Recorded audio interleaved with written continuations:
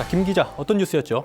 네, 일단 뭐 결론부터 말씀드리자면 알박기 지금 현재는 해결이 된 상태입니다. 그렇죠, 맞아요. 제가 그 가림막이 설치된 순간에서부터 해결되는 순간까지 이 솔루션 저널리즘을 펼쳐가지고 잘하셨습니다. 네, 장군처럼. 네, 장군처럼 네, 그렇게 네. 쭉 취재를 했었는데요.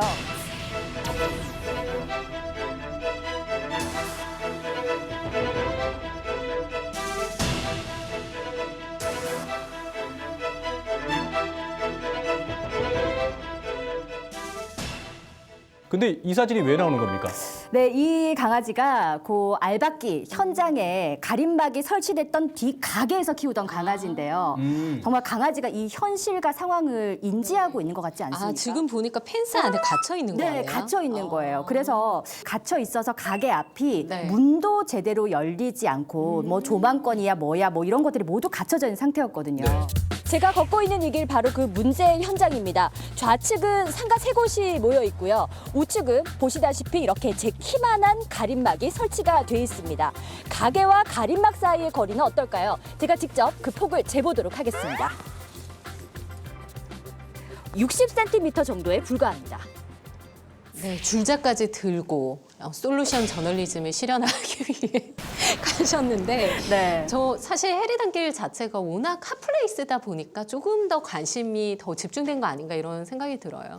정말 야심차게 젊은이들이 나의 그 열정을 불태워 보겠다라고 가게를 차려가지고 사람들한테 엄청 입소문을 타고 있었는데 네. 그 바로 60cm 앞에 가림막을 턱하니 막아버린 거죠. 지금 딱 이 정도 거리 정도 될 것 같아요. 우리 맞아요. 사이의 거리가 60cm 정도 장사를 하지 되고요. 말라는 얘기나 마찬가지네요. 그렇죠. 제가 취재를 하면서 지적도를 살펴봤더니 네. 정말 이건 거의 실처럼 이렇게 나와 있을 정도로 아주 작은 면적을 내 땅이야 이렇게 해버린 거죠. 지적도를 통해 살펴보면 이미 가림막이 설치된 면적 27제곱미터와 바로 옆 11제곱미터 그리고 맞은편 28제곱미터의 부지로 평수로 환산하면 8평에서 3평 수준입니다. 지난달 28일 가림막이 설치되지 않은 맞은편 가게와 빌라 입주민도 부동산 개발업체로부터 내용 증명을 받았습니다. 공로로 이용되고 있는 길의 통행료로 매달 127만 500원을 지급할 경우 통행을 허용한다는 내용을 담고 있습니다. 맨날 다니던 길인데 갑자기 하루아침에 가림막도 저쪽은 설치됐고 맞은편에는 땅값 내세요, 통행료 내세요 이렇게 돼버린 거죠. 주민들 입장에서 굉장히 황당했겠네요. 그러니까요. 이 동네가 다 망가졌잖아. 이것 때문에. 이 앞에도 마찬가지고.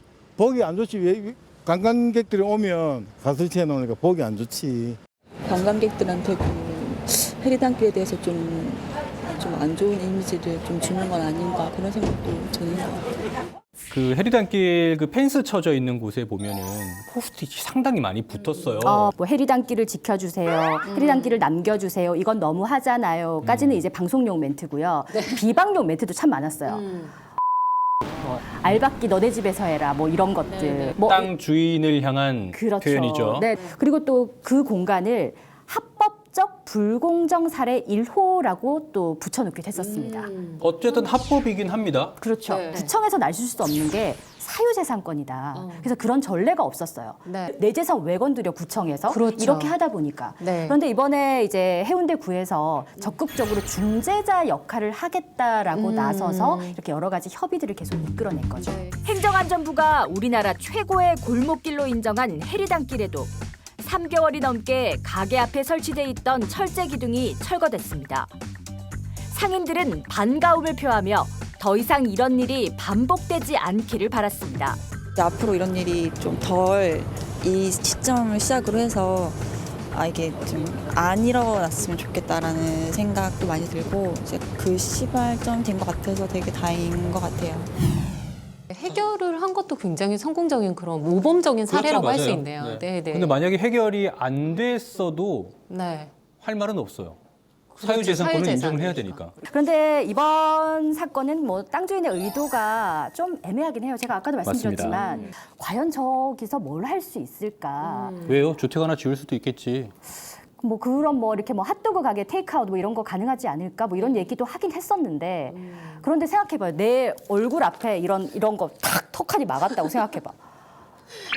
이렇게. 가서 조금 그래서 그게 애매한 것 같아요. 네. 어떤 불순한 의도냐 아니냐 이거를 판별하기가 쉽지는 않잖아요, 사실. 네, 그래서 이 법적인 세부적인 법이 마련돼야 하고요. 우리가 4.15 총선에서 국회의원을 정말 잘 뽑아야 하는 이유기도 합니다. 또 거기까지 가야 되나? 또 거기까지 가야 되나?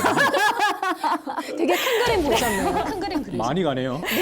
아니 진짜 법이 제대로 찬찬히 마련이 돼야 되고 해운대 구에서도 솔직히 뭐 중재자 역할을 했지만 법적으로 어떻게 할 수는 없지 않았습니까? 그렇죠. 근데 지금 조례를 또 구 차원에서 마련을 하고 있다고 해요. 네. 그래서 앞으로 좀 이렇게 상승적으로 좋은 결과가 나지 않을까 싶습니다. 사실 뭐 조례가 생기면 좋은데 이제 이 조례가 사실은 전국의 법을 만들거나 바꾼 사례들이 몇 개 있습니다. 네. 그래서 네. 그렇게 되는 경우가 됐으면 좋겠고요. 해운대 지역에 나오는 국회의원님들이라면 좀 이런 쪽으로 발굴을 했으면 좋겠습니다. 그런데 네. 해운대에 나오신 분들이 이쪽으로는 별로 관심이 없는 것 같아서 관심 가지실 겁니다. 가지셔야 합니다. 그런 분들로 여러분 반드시 투표하십시오. 예. 네. LCT 얘기도 했었는데 요 얘기도 좀 풀어보죠. 해운대 해수욕장 바로 옆에 사람들이 매일 다니던 그 호안 도로에 갑자기 LCT가 준공이 되고 나서 철제 펜스가 턱하니 또 갑자기 네. 생겼어요. 해운대 해수욕장 101층 초고층 건물 LCT 옆에 지난 11월 30일부터 등장한 철제 펜스. 누구나 지나다녔던 해수욕장 보행도로에 한 건설사가 사유지라는 이유로 세운 펜스가 2달여 만에 철거되고 있습니다. 여기도 해운대구청에서 또 그 중재자 역할을 했습니다. LCT에서 그 사회공헌 차원에서 이 땅을 샀습니다. 이 땅을 사서 네. 해운대구에 기부 체납을 했어요. 해운대 구민들을 위해서 다닐 수 있도록 하겠습니다. 네. 열린 공간으로 저희가 사회공헌을 하겠습니다라고 통큰 결정을 하셔서 이곳에도 아름답게 또 이렇게 마무리가 된 네. 그런데 사실은 어째 보면 예견됐던 일입니다. LCT하고 부산시가 이 부지를 몰랐다면 분명히 이거는 거짓말일 가능성이 높다. 왜 그렇게 생각하냐면 이미 이 사유지에 대한 부분은 파악을 하고 있었을 겁니다. 여러 언론 보도에도 나왔지만 결국에는 LCT가 사는 방식으로 할 수밖에 없었고 그리고 LCT도 결국 이 공간을 활용해서 무언가를 사업을 하기는 어렵기 때문에 결국 기부 체납이라는 결정을 한 것이 아닌가. 그러면 그냥 예쁘게 포장했다. 사후 약방문으로 결국에는 어쩔 수 없으니까 이제 포장을 했다. 그렇게 저는 생각. 그래서 저는 어쨌든 이렇게 결과가 행정이 좀 중간에 개입하고 해서 잘 풀렸다고 봐요. 좋은 선례를 어쨌든 그럼요. 남겼다는 네. 생각이 들거든요. 그런 면에서 좀 저는 점수를 좀 주고 싶고요. 그리고 지금 부산시에서도 태스크포스팀 별도로 또 운영을 하죠. 부산시에서 특단의 조치를 내놨습니다. 바로 알박기 근절 태스크포스를 이달부터 운영을 하게 됩니다. 이달부터. 네, 이달부터 운영을 하게 되고요. 이거는 시 관계자와 법률 자문가로 구성이 돼 있고 이런 알박기 사례, 그런 사례들을 수집해서 제도적으로 해결책을 마련할 계획을 이제 세워서 진행을 하겠다는 거죠. 뭔가 좀 방법이 또 있나 봐요. 그렇게 풀어낼 수 있는.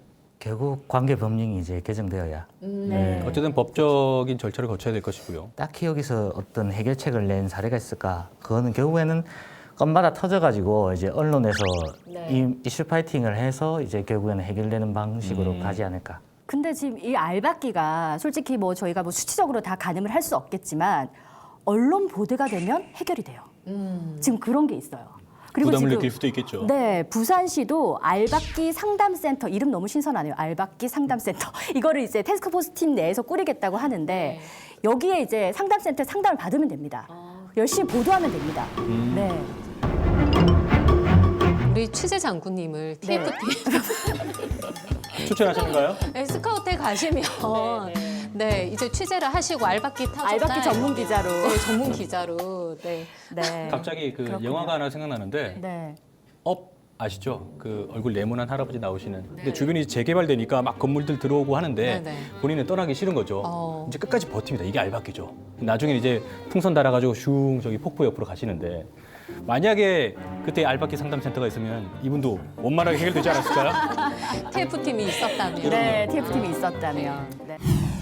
점수를 한번 매겨봐야 되겠죠. 이번 김 기자의 비하인드 썰에 대한 제 점수는 해결되는 순간까지 이 솔루션 저널리즘을 펼쳐가지고 제가 취재를 하면서 지적도를 살펴봤더니 네. 정말 이건 거의 실처럼 알박기 너네 집에서 해라 뭐 이런 것들 네. 국회의원을 정말 잘 뽑아야 하는 이유기도 합니다. 이번 김 기자의 비하인드 썰에 대한 제 점수는 4.2점을 드리겠습니다. 일단 재밌어요. 네. 재미도 있는데 전 재미없었거든요. 시청자들도 상당히 많이 관심을 가는 좀 변화하는 그런 모습들이 많이 비춰져서 재밌었던 네. 것 같아요. 감사합니다. 예, 네. 그래요. 제가 담당한 그런 이슈는 고구마 100만 개 먹은 것 같다 이런 네. 얘기를 해주셨잖아요. 저는 오늘 이 주제는 사이다를 마신 것 같다 이런 느낌이 드는 거예요. 그래서 별 4개, 네. 4점. 감사합니다. 5개가 나올 줄 알았는데. 이게 사실 갈 길이 멉니다. 앞으로 유사 사례들이 굉장히 많이 나올 그렇죠. 거예요. 아직 결론까지는 우리가 보도가 못 갔다. 그런 점에서는 1이 부족하다. 네. 그래서 4. 네, 우리 취재 장군님께서 해결해 주실 겁니다. 네, 앞으로 계속 저희가 또 좋은 뉴스를 많이 발굴해야겠죠. 그럼요. 알박기 상담센터 네 열심히 취재하겠습니다. 잘 운영하십시오. 네. 예. 자, 뭐 이슈 없는 세상 그리고 좋은 뉴스로 가득한 세상이 오기를 빌겠습니다. 네. 지금까지 부산에서 일어난 최신의 이슈들을 짚어봤다면 이제는 정말 묵은지처럼 해묵은 이슈들을 살펴보겠습니다. 우리 안일규 평론가께서 준비를 해주셨죠? 네. 네. 아유, 뭐 이 센터에 오는 게 참 멀었네요, 시간이. 아주 오래 걸렸습니다. 오래 기다렸어. 60cm 네, 정도인데.